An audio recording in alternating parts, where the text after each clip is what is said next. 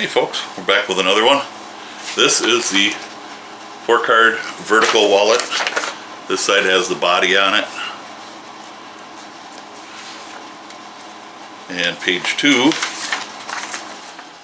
has the pockets. So I'm going to get this glued down and we'll get after it.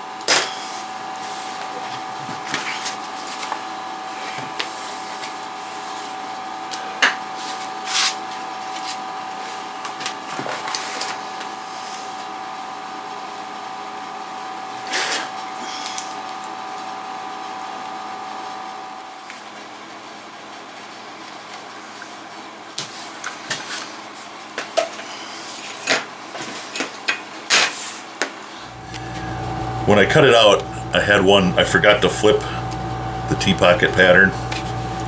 Not a bright thing to do. I got more crap on my bench here because I'm always doing 1 or 2 or 3 and sometimes a lot more than that projects all at once. So I'm going to move some stuff around here. And I'm going to burnish these.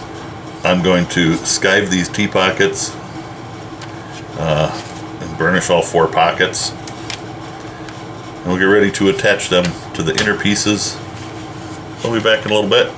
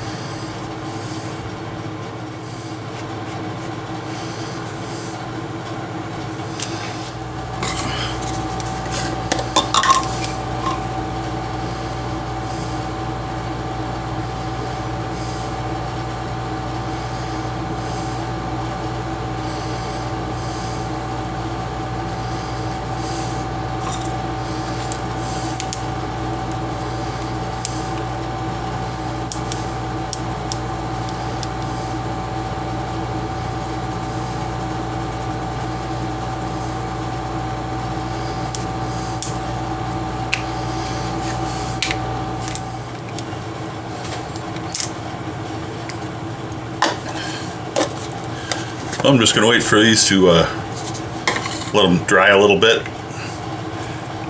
and I'll sand them, and we'll start putting these pieces together.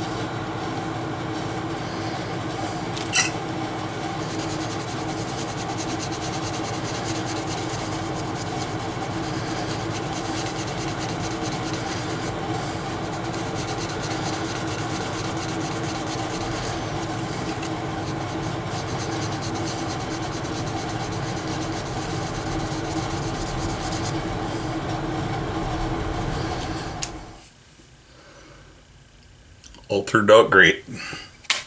So, on we go. We need to figure out which one is going to be which. This piece, oh, darn it, I forgot to grab those again.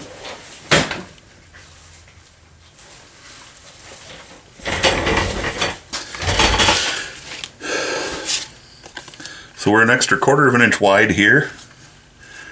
And no matter how we put this on, we'll have 1/4 of an inch hanging off. So I'm going to try to center it up as best I can.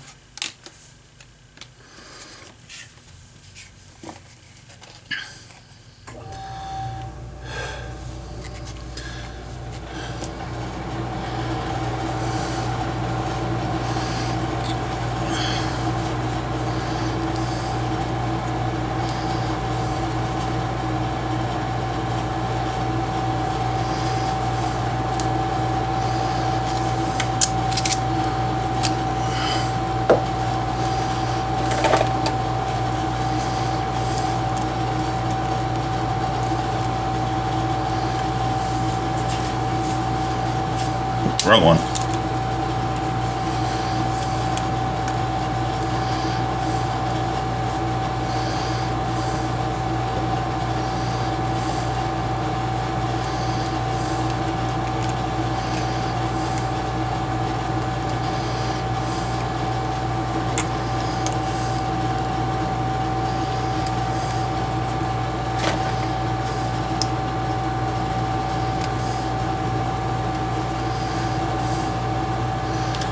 Just like the bifold wallet, make sure that everything fits.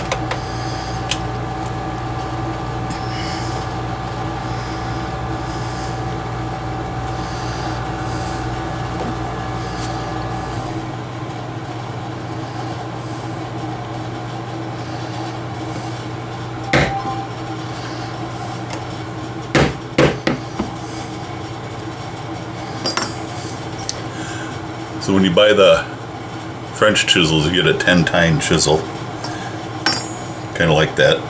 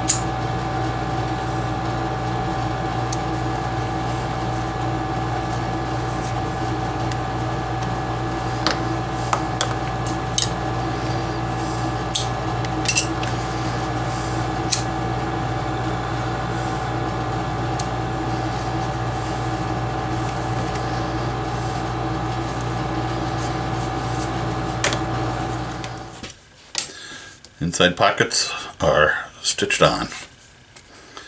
So now it's time for the top pockets. I have not oiled this yet. I better do that now.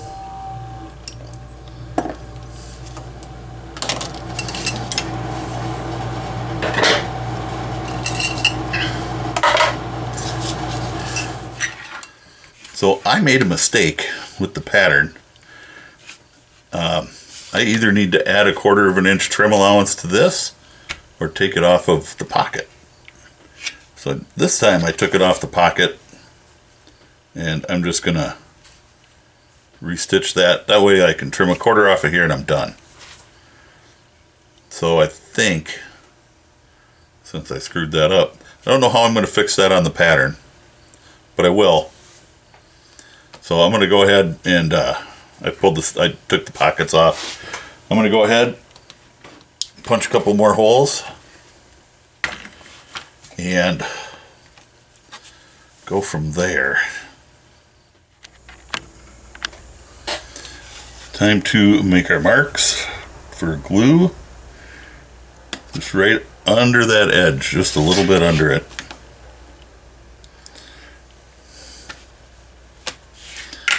And then we can make our marks. I just wanted to get that done right away. Time to put this pocket on. This one I did not trim that 1/4 of an inch off here. I probably should. But if we line up this side, we should be good.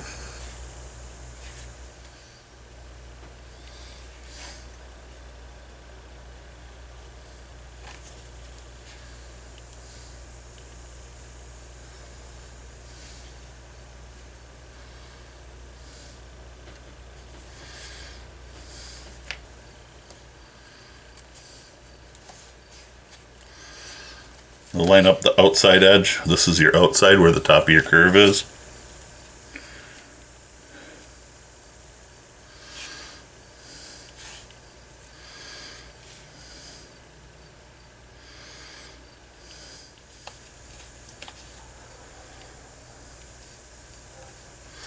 So this is going to be really similar to the bifold wallet with the stash pocket in assembly.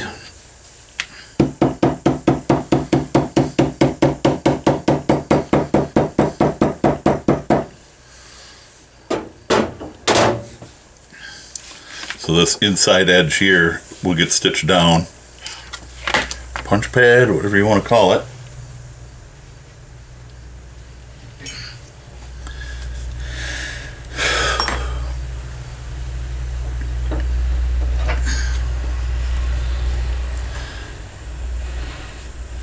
And my stitch line has to come up off of the bottom too. 1/4 of an inch.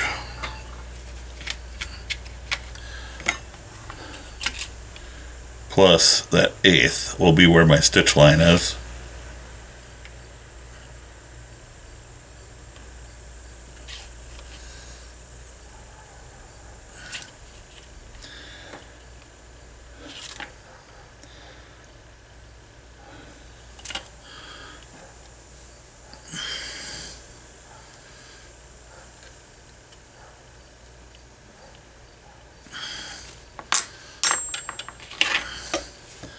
And this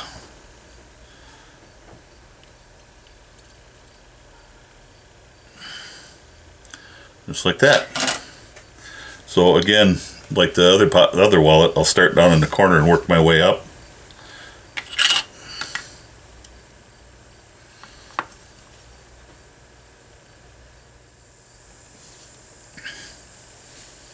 So I'm going to use that split to help me out a little bit.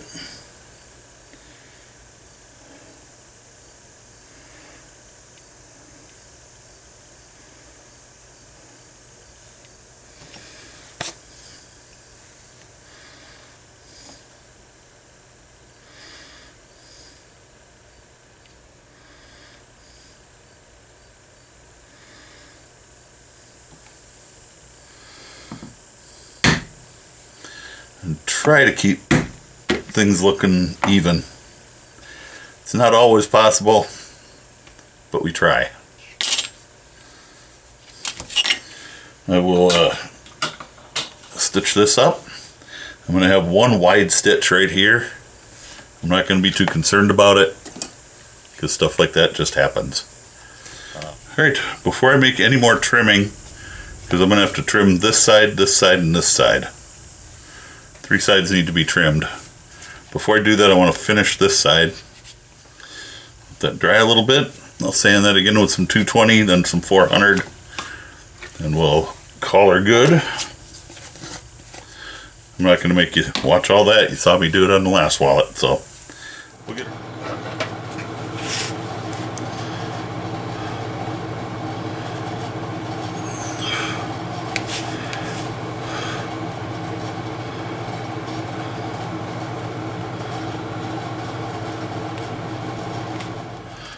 Okay, took my wing dividers and I made my stitch line. My wing dividers is always set at about 1/8 of an inch, just a touch over 1/8. That leaves me, when after I'm done sanding and everything, I'll still have 1/8 of an inch.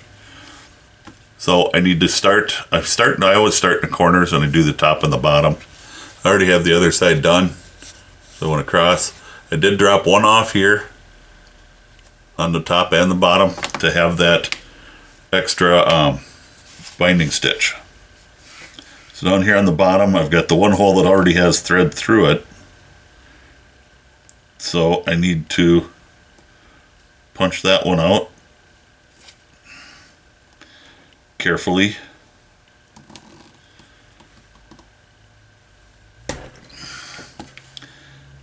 And then we'll go right off the edge.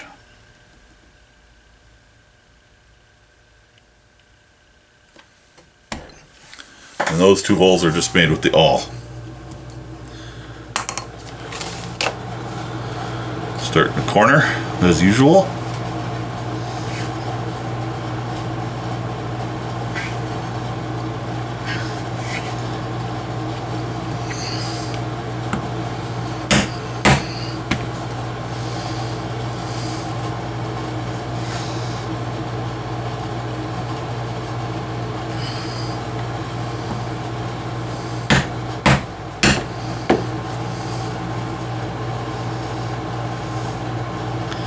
This top one, I almost don't care as much about.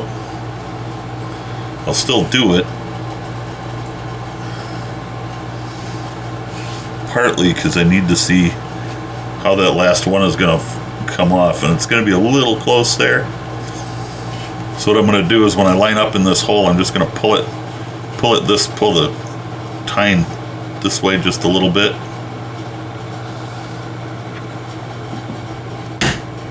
Because that's all I need is just that little teeny bit of room.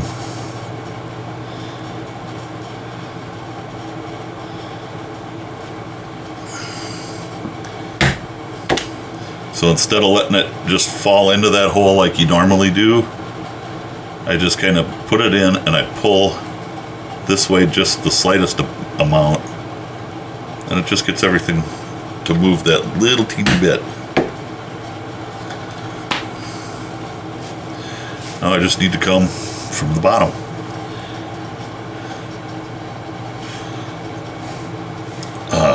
I forget that I want one hole to drop right in the seam between the 2 pockets. I keep forgetting that. And again, that's a me thing. Some people just go ahead and punch it and let it be what it is. I think that it does a better job of holding down the top and the bottom there if I get it in between.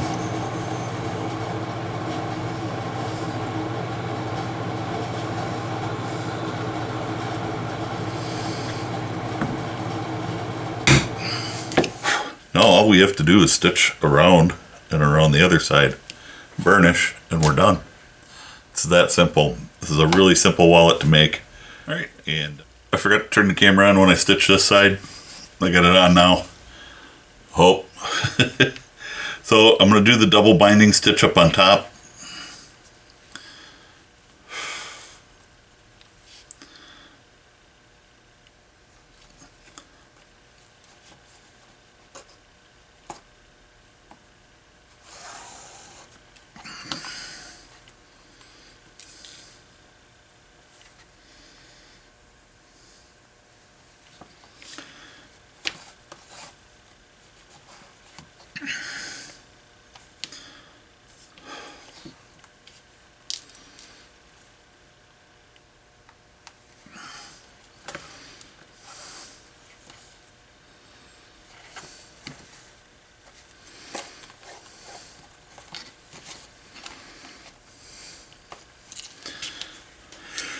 Got that made.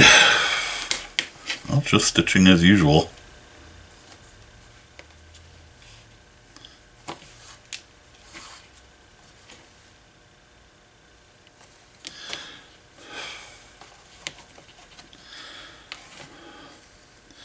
I'll put a link to my stitching video, but I'll be doing another one because I've changed a few things that seem to make things just a little bit easier.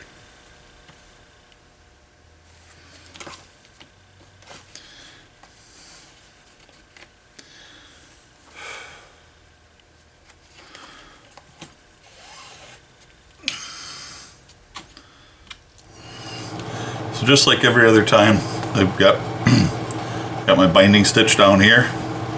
I am going to go back 1.5, I guess. Seems like the way I should call it.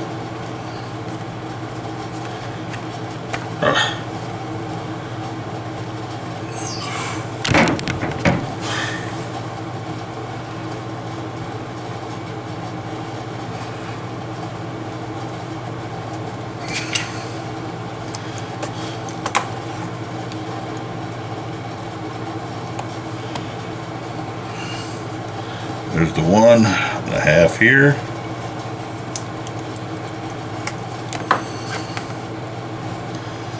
We'll just snip her off.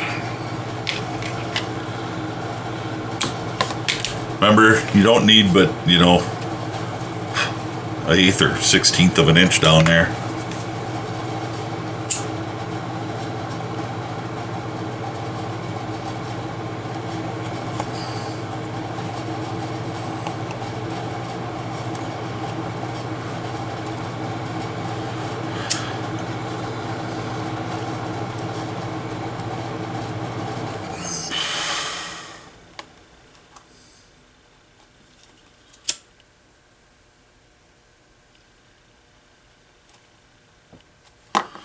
Oh, there you go. Oh, there it is. There's the bottom. All done. So now all I need to do is I'm going to nick these corners just a touch off of the corner.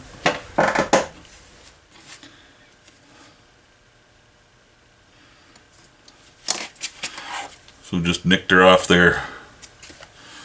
We'll go around, sand all that. You've seen me do all that already before, so I'm not gonna bore you with that.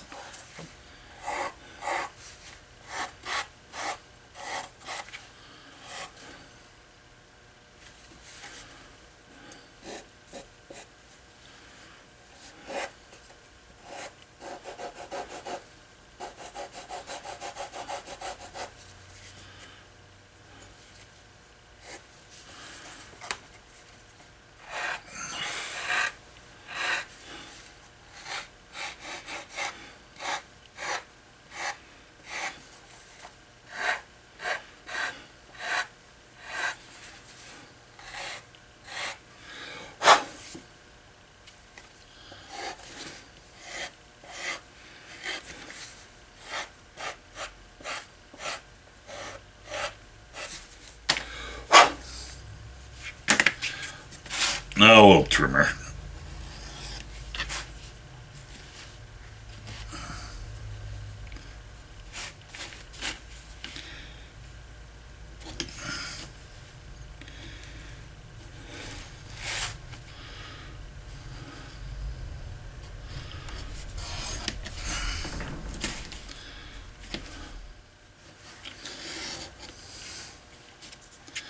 I do like these Craft Tool Pro edgers. They make a nice rounded edge,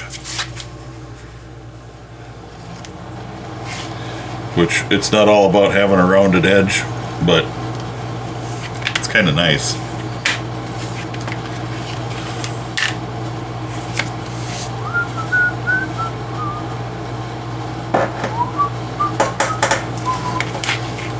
I'm just gonna stick something under here.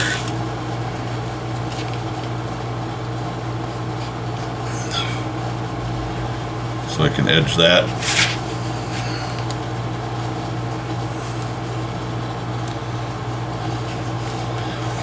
It's not going to work real well though.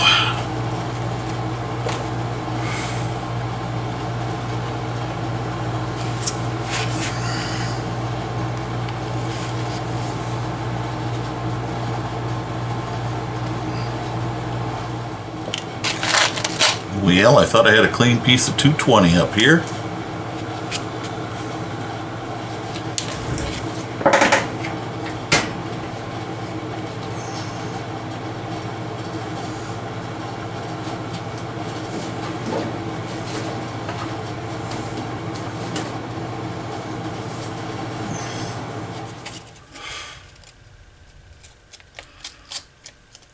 This is about the size I like working with.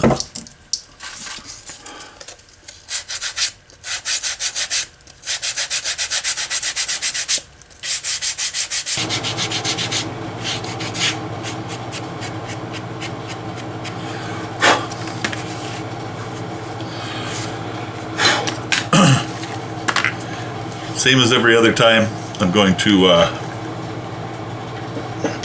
just water burnish like I did before.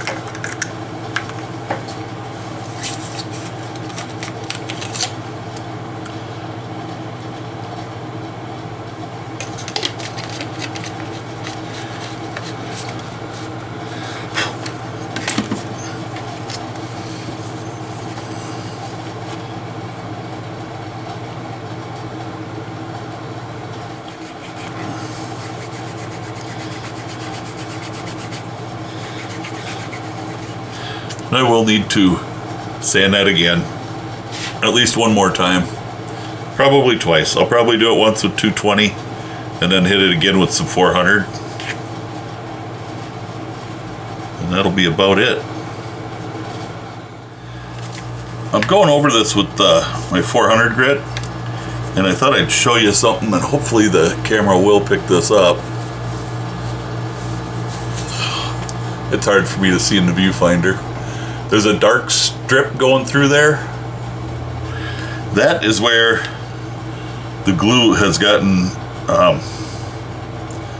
it's soaked into, in this case, it's this inner body piece that it kind of soaked into it. You can't really, sometimes you can sand past that, which I'm going to go over this again with 220 and see if I can get around that, but it's just in this area. There's a little bit over here I'm sure I can sand past, but I wasn't going to do another 220 because this is really nice right now, but I think I'm gonna, just to try to get through that.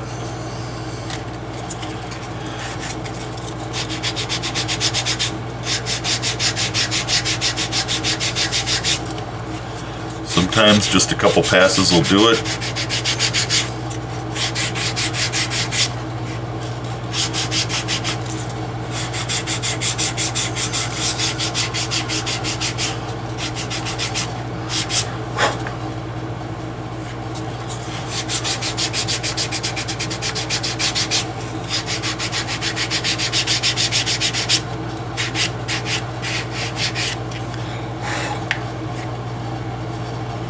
Now it looks to have gotten past most of it right now, so I'm not going to be overly concerned with it. It's not a terrible thing if you don't get past it. Like I said, there's just a little strip here.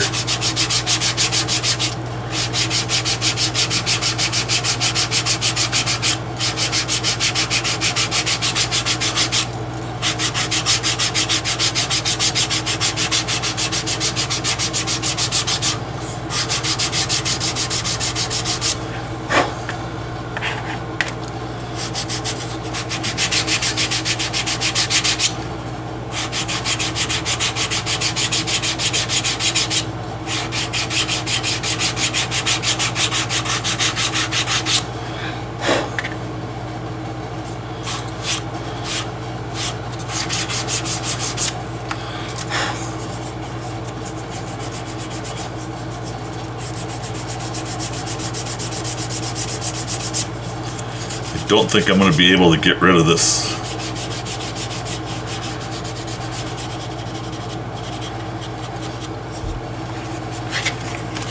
But on this side,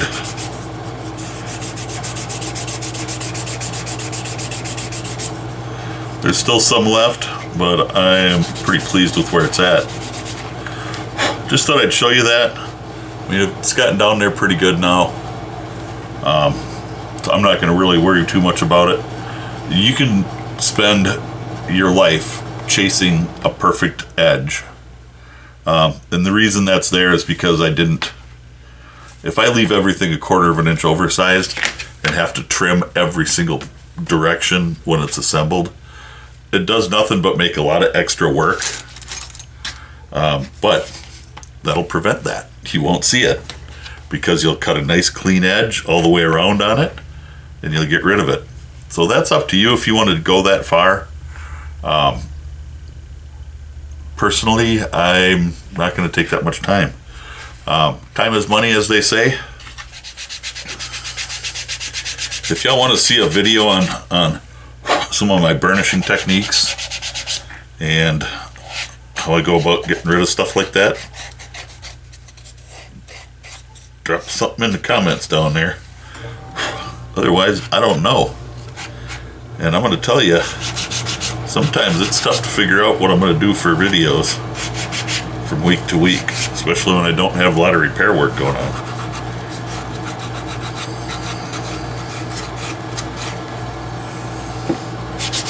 I think the next one I'm going to do another handle, but it's going to be for a Union Machinist toolbox. It's almost exactly the same as the one that I did for the Gerstner toolbox. Now, I've done handles for Gerstner and Kennedy boxes. I've never done a Union one, but that's okay. Some of that stuff's really getting pretty rare. I know Gerstner sells new handles. They are not the quality that they used to be, as far as I'm told. Just not the same.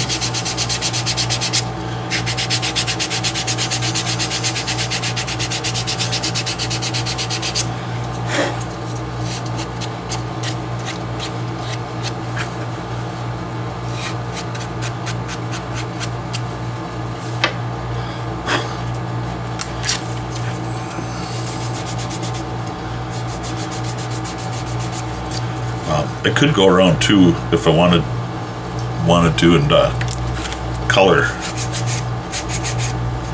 Take and dye the edges.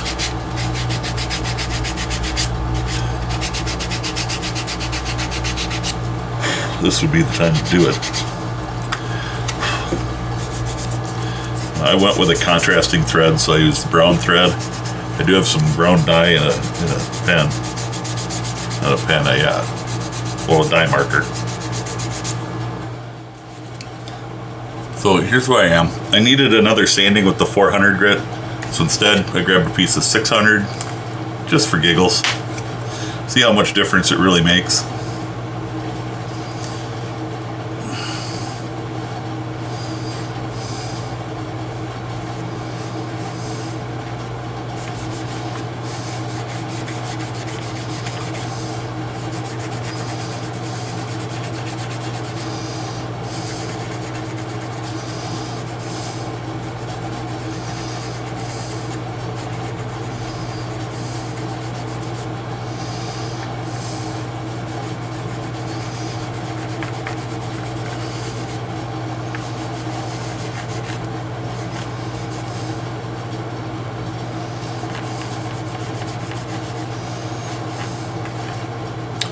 Well, it doesn't look that much different, but it is a little bit smoother.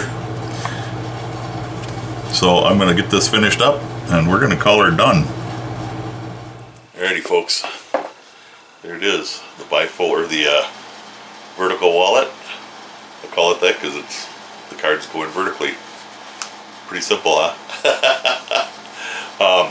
The edges turned out pretty nice. I like it. I did go down to a 600 grit with this one, but it is what it is. Just because I felt like it. No big nothing other than that. And that's just how it is. So that one's done. We're going to get on to the next one. I think I'm going to do another wallet. Straight bifold. It is going to be this wallet. Exactly. I'm not changing the pockets or anything. It's going to be just like this one. And I carried this for a lot of years. This is a dyed veg tan. I carried it for quite a few years. and it's just fine. It's just showing a little character. So we'll probably do another one. I don't know if I'll dye that one or what I'm going to do exactly. We might dye it. We'll see when the time comes. Might be a little bit before I get to the next one, but it is what it is. I got one project for sure that I've got to get done. I got a couple other things to do. I'm trying to do some rearranging in my shop here. Because I got a toolbox here, I got a sewing machine here, I got another sewing machine there. I got this big bench here that I need to be using, and I just can't because it's got too much crap on it. Flat spaces collect crap.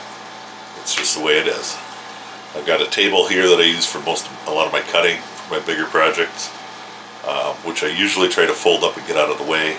It's not, hasn't been for a while. So I got to just clean some stuff up. I got to get through some things and get on it here. So I'm going to take a little bit of time to do that after I get this other project. I'm going to do a tool chest handle. If you want to see that, I'll be putting it up anyway. This one is for a Union Machinist tool chest. The last one that you saw was for a Gerstner Brothers? Gerstner something tool chest. Gerstner actually makes replacement handles, but the quality of the materials they use on them isn't very good, and they're hard to get, but it is what it is. So I'm going to recover that, and I'll take you along for that ride. I think it's going to be a brown one, so I'm using a kid skin on it. Be a little bit different. I've done some Kennedy handles too, and they work out pretty well, but there's some more aspects to those Kennedys that I'm not going to get into. Just because they're kind of a pain in the tush. But y'all stay safe. God bless. I will catch you in the next video. Thanks for watching.